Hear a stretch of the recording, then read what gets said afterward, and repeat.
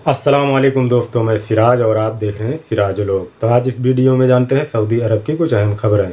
एक खबर यह है कि न्यू वीज़ा वाले कैसे आए, कहाँ होके आएंगे, तो उसके बारे में बात करेंगे। और जो लोग सऊदी अरब आना चाहते हैं उनका टिकट कितने का आएगा और कब का ले तो अच्छा रहेगा, तो वो सब मैं आपको इस वीडियो में बताऊँगा आगे। और जवाजात के ट्विटर हैंडल पर पूछा गया है कि अगर विजिट वीज़ा है तो उसको इकामा में बदल सकते हैं, उसके बारे में बात करेंगे। और जो हम लोगों के लिए अहम खबरें होंगी मैं आप लोगों के साथ शेयर करूंगा। और जो मेरे वीडियो के कमेंट में सवाल पूछे गए हैं उसका मैं जवाब देने की कोशिश करूंगा। तो आप पूरी वीडियो में बने रहिए। उससे पहले आप लोगों से एक छोटी सी रिक्वेस्ट है, अगर ये मेरा वीडियो यूट्यूब पर देख रहे हैं तो चैनल को सब्सक्राइब कर दीजिए, और अगर फेसबुक पर देख रहे हैं तो लाइक और फॉलो कर दीजिए, और दोस्तों के साथ शेयर कर दीजिए। तो चलते हैं सीधा खबर की तरफ। पहली खबर यह है कि जवाजात से एक व्यक्ति ने पूछा है कि क्या फैमिली विजिट वीज़ा इकामा में बदला जा सकता है। तो जवाजात ने जवाब में यह बताया है कि उसका कानून नहीं है। उसका कानून यही है कि जब तक के विजिट वीज़ा का टाइम है तब तक आप सऊदी अरब में रह सकते हैं। अगर विजिट वीज़ा का टाइम डेट जो होता है वो ख़त्म होने वाला है, उससे पहले आप सऊदी अरब छोड़ के चले जाएं। अगर आप लोग नहीं जाते हैं तो आपके खिलाफ़ कार्रवाई की जाएगी। जो सऊदी अरब में रह रहे हैं और उनका विजिट वीज़ा जो ख़त्म हो जाता है, अगर वो नहीं जाते तो उनके खिलाफ़ जो होता है जुर्माना लगाया जाएगा। तो अगर आप लोग विजिट वीज़ा पे रहने हैं तो उसका तो इकामे में नहीं बदला जाएगा। अगर उसका टाइम ख़त्म हो रहा है तो आप उसको बढ़वा सकते हैं, अगर नहीं बढ़वाते हैं तो आपके ऊपर जुर्माना लगाया जा सकता है। एक व्यक्ति का सवाल ये है कि मैं अभी इंडिया में हूँ, मेरा इकामा और जो छुट्टी है वो 30 नवंबर को ख़त्म होने वाला है, तो मैं अफसर से अपना इकामा और जो छुट्टी हो बढ़ा सकता हूँ उसके बाद। तो जवाजात ने क्या जवाब दिया उसके बारे में, तो जवाजात ने यह बताया है कि अभी 30 नवंबर तक आपका ऑटोमेटिक तरीके से जो इकामा और एग्जिट एंट्री वीज़ा है वो बढ़ा दिया जाएगा। आप जब अवसर पर जाएंगे तो आपको वहाँ उसकी कोई फीस की जो रकम होती है उसका नहीं मिलेगा कि कितना भरना है कितना नहीं, क्योंकि ये जो बढ़ाया जाएगा 30 नवंबर तक वो यहाँ की गवर्नमेंट बढ़ाएगी ऑटोमेटिक तरीके से। तो उसकी रकम जो है फीस की कोई रकम नहीं दिखेगी आपको, तो आप वहाँ से मत बढ़ाइए। जब 30 नवंबर के बाद कुछ होगा तो आप बढ़ा सकते हैं, या क्या होगा जो न्यूज़ होगी मैं आप लोगों के साथ शेयर करूंगा। इसमें यही बताया गया है कि अब 30 नवंबर के बाद ही आप कुछ कर सकते हैं, उससे पहले बढ़ाने की कोशिश करते हैं तो आप लोगों का जो फीस होता है कितना नहीं वो वहाँ पे शो नहीं हो रहा है। ये जवाजात ने जवाब उसको दिया है जिसने ये पूछा है।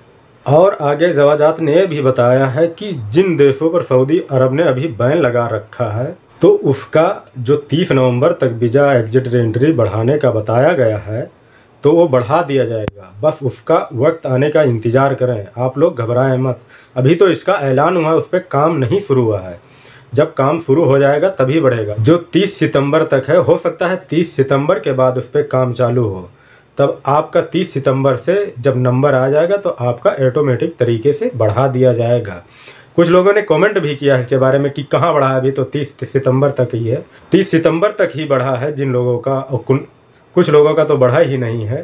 तो अगर इस पर अभी काम नहीं चालू है, जब काम चालू होगा तभी बढ़ेगा। कमेंट में जो पूछा है उनको शायद उसका जवाब मिल गया होगा कि अभी इस पर काम नहीं हो रहा है। आप लोग ये चीज़ ध्यान रखें, जब इस पर काम चालू होगा तभी बढ़ेगा। एक खबर यह है कि तवक्कलना ऐप के हवाले से जो दूसरी वैक्सीन है उसके बारे में तवक्कलना ने बताया है कि जो दूसरी वैक्सीन है आप उसको कैंसिल नहीं कर सकते। आप उसका टाइम जो अपॉइंटमेंट लेते हैं उसकी डेट आगे पीछे कर सकते हैं, लेकिन कैंसिल नहीं कर सकते हैं।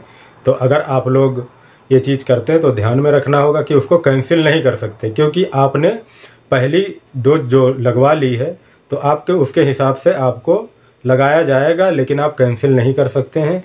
डेट जो है वो आगे पीछे हो सकता है। तो ये चीज़ इसमें बताया गया है, क्योंकि जब आप पहली डोज बुक किए और लगवाए हैं अपॉइंटमेंट लेके, तभी आप पूरा एलिजिबल थे उसके लिए कि आपको कोई ऐसी बीमारी नहीं है, कुछ भी नहीं है। तो इसके वजह से ये किया गया है कि जो दूसरी डोज है बुक करते हैं आप, तो आपका वो कैंसिल नहीं होगा, उसका डेट आगे पीछे हो सकता है। तो ये एक खबर थी। एक खबर यह है कि जो लखनऊ से सऊदी आना चाहते हैं, लखनऊ से वो दुबई आए, दुबई से फिर सऊदी अरब आए। जिन लोगों ने वैक्सीन सऊदी अरब में लगवा ली है वो लोग तो डायरेक्ट मुंबई और दिल्ली से भी आ सकते हैं, और जिन लोगों ने अपने देश में और एक ही सऊदी में लगवाई है वो लोग दुबई होके आए। 10 अक्टूबर या 20 अक्टूबर तक आए। 10 अक्टूबर के बाद तो उनको सस्ता पड़ेगा। जो टिकट होगी लखनऊ से दुबई के लिए वो लगभग 40-50 हज़ार में पड़ जाएगी, और जो दुबई से सऊदी अरब के लिए होगी वो 20 से 25 हज़ार में पड़ जाएगी, तो उनको सस्ता पड़ जाएगा।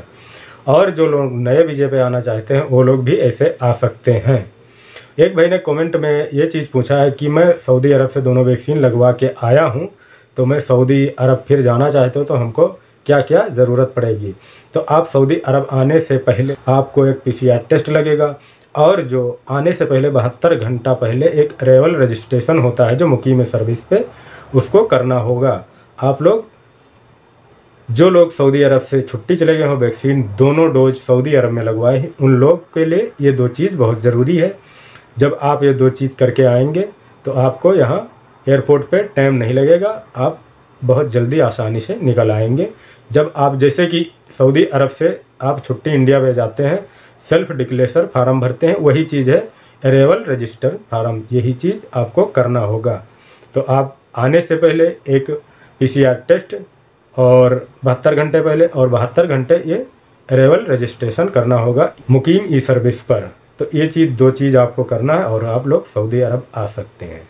एक खबर यह है कि जैसे कि जो सार्वजनिक स्थान है, रिसोर्ट है, या जहाँ पे वो चीज़ नहीं कर सकते, ममनू है, अगर वहाँ करते हैं आप 3000 रियाल आपके ऊपर जुर्माना लगाया जाएगा, और अगर आप वो चीज़ करते पाए जाते हैं। जैसे कि जो चीज़ वहाँ पे ममनू है वहाँ पे नहीं कर सकते, जैसे कि ये खबर में बताया गया है कि आप बारबेक्यू जिस जगह पे ममनू है वहाँ नहीं कर सकते, अगर करते हैं तो आप पकड़े जाते हैं, तो आपके ऊपर 3000 रियाल का जुर्माना आएगा। तो ये चीज़ आपको ध्यान रखना है, जो चीज़ जहाँ करने वाला है वहीं करिए, हर जगह नहीं किया जाता है। आखिरी में जानते हैं सऊदी अरब में कितने केस आए हैं और कौन से सिटी में कितने केस आए हैं, तो मैं आप लोगों के साथ शेयर करता हूं। आज जो सऊदी अरब में टोटल केस आए हैं वो हैं 75, और 64 लोग उसमें से ठीक हुए हैं और 6 लोगों की मौत हो गई है। और जो सबसे ज़्यादा केस आए हैं वो हैं मक्का में 18, रियाद में 15, मदीना और ईस्टर्न में 7-7, जीजान में 6, अल कसीम ताबूक में 5-5, नजरान हैल में 3-3, असीर नॉर्थन बॉर्डर पर 2-2, अलजोफ और अलबहा में 1-1। और जो सऊदी अरब का टोटल केस हो गया है वो हो गया है 5,40,411। और जो सऊदी अरब में टोटल ठीक हुए हैं, रिकवर हुए हैं, वो है 5,35,373। और जो टोटल मौत हुई हैं वो है 8,651। और जो सऊदी अरब में कोरोना का वैक्सीन लगाई गई है वो है 4,04,80,449। और जो सऊदी अरब में अभी एक्टिव केस हैं वो हैं 2,387, और जो उसमें से गंभीर हालत में है वो है 378। तो ये था कोरोना वायरस के हवाले से टोटल सऊदी अरब में किस सिटी में कितने केस आए हैं, मैंने आप लोगों के साथ शेयर किया। वीडियो देखने के लिए बहुत बहुत शुक्रिया।